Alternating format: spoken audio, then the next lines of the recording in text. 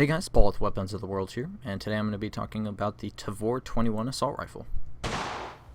Some basic information about the Tavor-21. It was designed and produced by Israeli Military Industries, which is now known as Israeli Weapon Industries, and it was designed in 1995 and has been in service with the Israeli military since 2001. Its caliber is 5.56 by 45 millimeter, and it fires this round out of a standard Staneg 30-round detachable box magazine, like you'd commonly see on AR-15s, M16s, and weapons alike. It has a total length of 28 inches, 18 of which are the barrel length, or I should say the 18 inches is the barrel length. It weighs just over 7 pounds. It has an effective range of 550 meters. It uses a long-stroke gas piston system, much like the AK-47 and the M1 Garand. It has a 750 to 900 round per minute rate of fire and fires on semi-automatic or fully automatic.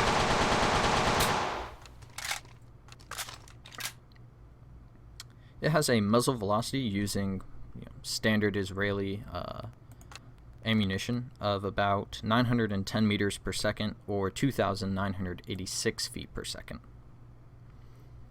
So let's talk about more about the system itself. Something interesting to note before I really dive into the operating system. The Israelis did, when they designed this, they did it completely backwards by designing the body of the gun, so the entire frame, the receiver, all of that, first, and then designing a operating system to fit into this. Historically speaking, every gun manufacturing ever has designed the operating system, so the barrel, the bolt, how the gun actually works, first, and then built the body around that. So it's essentially what the Israelis did was they took a car frame first and then built an engine and put a steering wheel in and designed everything, all the stuff that actually goes inside, second. So kind of interesting how they did that, and it actually worked with this weapon. So let's take a look at the internals. Now the Tavor-21 is a Bullpup rifle. If you don't know what a Bullpup is any weapon in which the actual mechanics of the gun, so the bolt, the trigger mechanism, the hammer, however the gun actually fires, however it operates, is behind the trigger unit itself. So you see the triggers right here on the right. A Bullpup is any weapon in which the trigger is in front of the actual operating system. So the bolt, op rod, the piston, all that sort of stuff. It's all behind. Now, what are the advantages of a Bullpup? Well, with a Bullpup you get the full-size barrel length of a full-size rifle. So with the Tavor, for example, you have a little over 18-inch barrel out of a gun that's only 28 inches long with its overall length. So that allows for a full-length barrel without having to have a oversized gun. If you had, say, a AR-15 with an 18-inch barrel, the gun's going to be pretty long, well over 28 inches of the Tavor, if it was just like a standard AR-15 with a 18-inch barrel. So it allows for a more compact design. With Bullpups, however, the back end is generally quite heavy, but it doesn't really affect it as much, seeing as how closely you hold a rifle. The weight being in the rear kind of helps with recoil, and the Tavor, from what I've researched, is a very controllable gun on full auto, and I seem to believe that just because of the weight being in the back. It goes more into your shoulder than, say, up in the front or in the middle. Now, the Tavor uses a long-stroke gas-operated system, and what that means is when the gun is fired, the bullet goes down the chamber being propelled by hot gases, so like so, and the gases get diverted up into this gas tube, which get diverted back and hit this piston, causing the piston to move rearward, and the piston is actually attached to the bolt, and that cycles the action, so it extracts the round, or the case I should say, from the chamber and ejects it from the firearm. And once it completes its rearward travel, it starts moving forward due to the recoil spring, picks up a round from the magazine, and completely chambers the round and readies it for the next shot. So what are some kind of design, I don't want like specialities, what are some kind of interesting things that the Tavor has? When the Tavor first hit the American markets, people were excited about where this magazine release was. Here's where you actually release the magazine. It's just this little lever, just like on a, say, 8K. People were really excited that you could do this really cool speed reload kind of drill in which you take your hand off of the trigger and off of this pistol grip and just simply move it back a couple inches, bump the magazine release, and the magazine will drop, allowing you to insert a fresh magazine quickly. They thought this was like innovative and new, and only the Tavor had it, so it's great, all this awesome stuff, when in actuality this was a design borrowed from the French FAMAS, which was a bullpup rifle that the French have used since, I believe, the 80s, if I remember correctly. So it's not a new concept, this magazine release here in the rear. Along with the bullpup design, for that matter, the Israelis were not the first to make a bullpup. In fact, the British were the first to make a bullpup rifle, which was the EM2, which was, I believe, in the 50s, if I remember correctly. However, it really didn't see any real service. It was adopted by the British Army, but then almost immediately disadopted, really. It wasn't really adopted, so, for all intensive purposes. So, with the effective range of about 515 meters out of a 18-inch barrel, you can kind of expect pretty good accuracy with the Tavor. And this is true. Out of the Tavor with just standard ammo, from what I've researched, it is a very accurate weapon, especially when you're talking about combat distances. In actual combat, you're more than likely not going to be shooting 500 meters. More than likely, you're going to be within about 300 or so.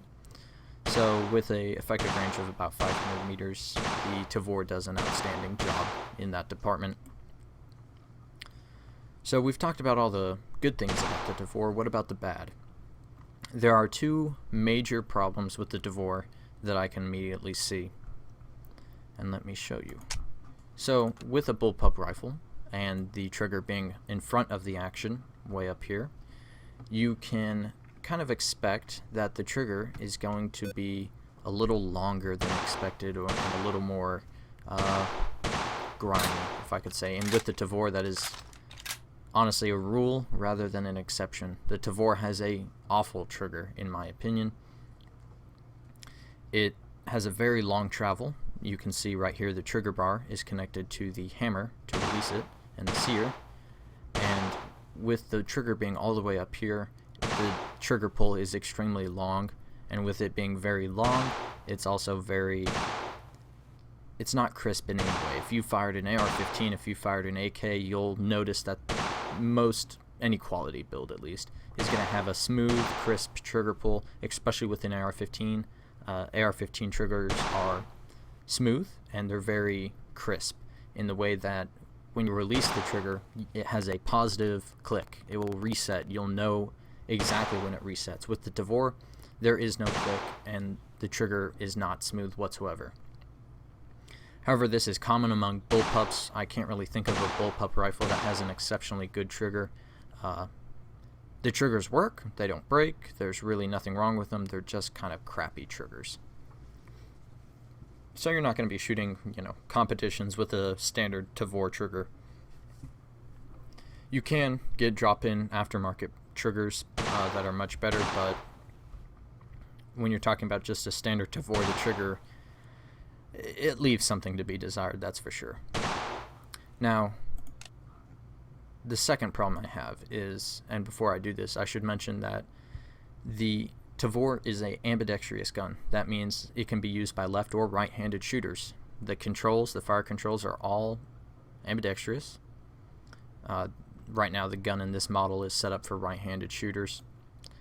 However, you can switch over the bolt and the fire control system to suit left or right-handed shooters, along with the charging handle, which is non-reciprocating, I should add.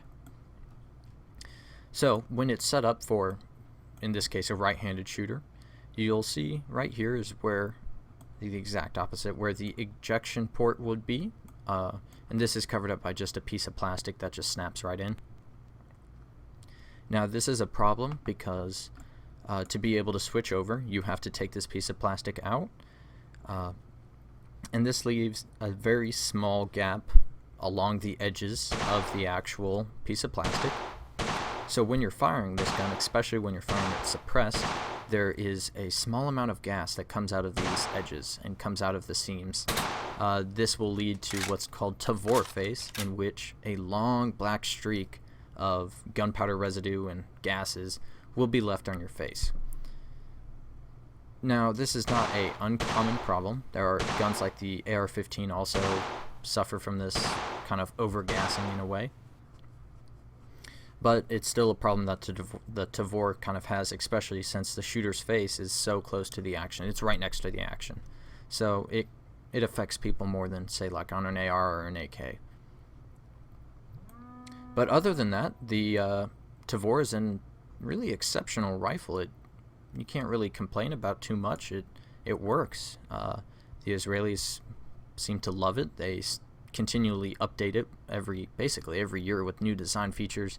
Nowadays, I think they're fielding the MTAR, or the Micro Tavor, which from what I've researched is basically a Tavor assault rifle that has been even further shortened and has much better controls. The mag release is up here and looks a lot like an AR-15 magazine release, and all in all, it has some extra features basically. But all in all, the system itself hasn't changed. And even then, the Tavor rifle itself is a very fine weapon. I'd be happy to carry this into combat anyway. I know it'd work.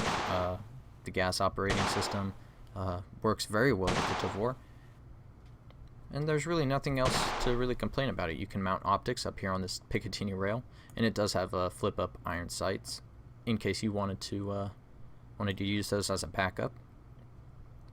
But other than the crappy trigger and the kind of overgassing in the back, there's really nothing to complain about this rifle. So all in all, guys, I hope you enjoyed the video. If you did, make sure to like and subscribe below. Bye.